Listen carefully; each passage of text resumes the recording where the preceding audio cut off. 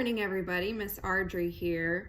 I'm going to read a story to you that was a book that I had when I was a little girl, and it is called Buster Loves Buttons.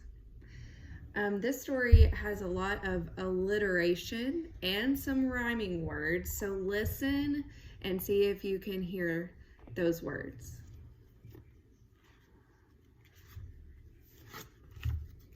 Buster loves buttons.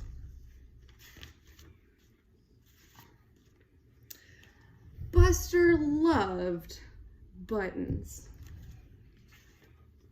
He had bottles of buttons and baskets of buttons and buckets of buttons.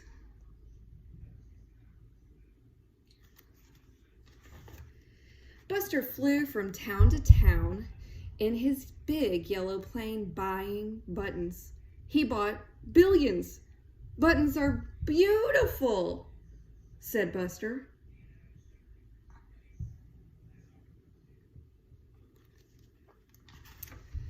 He built one mountain of red buttons with 2 holes, and 2 mountains of yellow buttons with 3 holes, and 3 mountains of all the rest.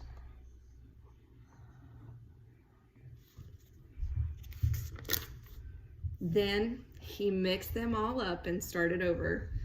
Buttons are the best fun in the world, said Buster. He never went anywhere without his bag of buttons.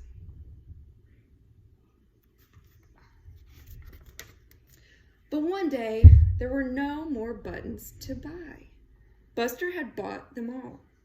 I must have more buttons, Buster cried.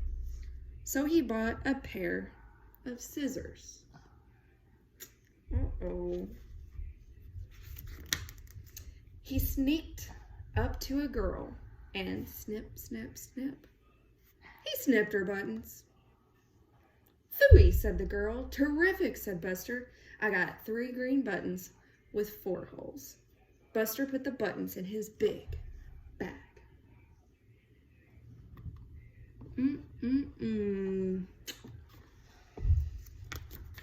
Then Buster leaped on a bus. Button, button, who has your buttons? Buster asked. And snip, snip, snip. I do, Buster yelled. Everybody off the bus, called the driver. No buttons, no driving.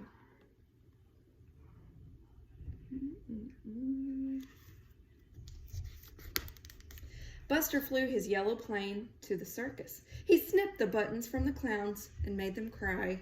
Buster jumped up and down on the big soft buttons. Clown buttons are bouncy, Buster laughed.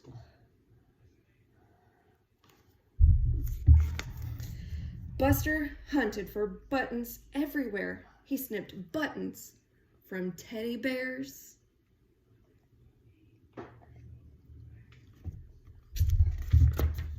buttons from party shoes, buttons from overalls. Oh no! Buttons from underwear, buttons from everywhere. Oh, Buster. One day, Buster sneaked up on a dog named Sutton. Here, Sutton, Buster called, and snip, snip, snip. Buster snipped Sutton's buttons. Glass buttons are the best, bragged Buster. Poor Sutton. Poor Sutton. Arf, arf, cried Sutton, and he ran up to Kippy. Kippy gave him a hug. Picking on my puppy is the last straw, she said. I'm going to catch this button glutton. What is she going to do? Kippy ran home. She sewed lots of glass buttons on a big red bag. Oh, Buster, called Kippy, how would you like these shiny glass buttons? I'd love them, yelled Buster. Buster leaped at the bag, but Kippy raced down the street. Buster ran after her.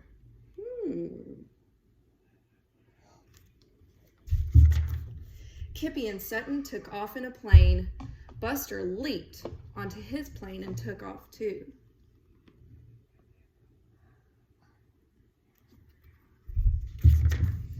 Buster flew his plane very close to Kippy. "Give me those buttons," Buster roared. "Here they are," shouted Kippy. She waved the bag of shiny glass buttons. Buster covered his eyes. "I can't see a thing. Stop that," Buster cried. "I will stop if you give me Sutton's buttons," said Kippy. "Never," yelled Buster. Kippy flew her plane over the sea. Buster flew right behind her. The shiny buttons. Kippy flew her plane upside down. Buster flew his plane upside down. "Oh no," cried Buster, "I'm losing my buttons." "Alley-oop," said Kippy, and plop, she caught Buster's buttons. "Give me back my buttons," cried Buster. "No," said Kippy, "they belong to my friends." "Now pull the rope, Sutton." Sutton pulled and pulled. Billions of buttons rained down on the town.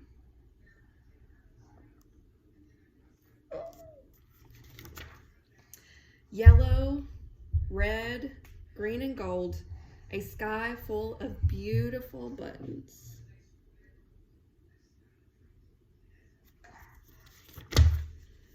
The happy clown caught buttons in his spoon.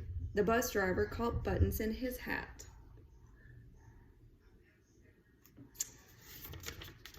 And the little girl caught buttons in her baseball glove. "Oh no," cried Buster, "I've lost all my beautiful buttons."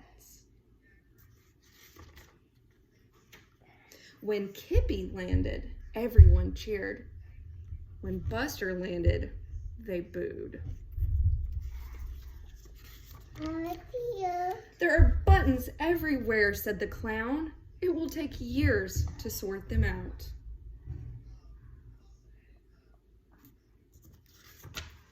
"I will sort them," shouted Buster. "Arf!" Sutton barked. "Will you find Sutton's buttons first?" said Kippy. "Yes, I will," promised Buster.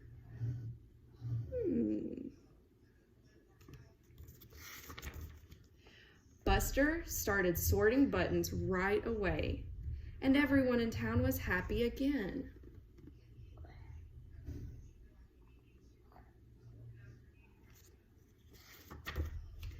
But Buster, the button glutton, was the happiest of all.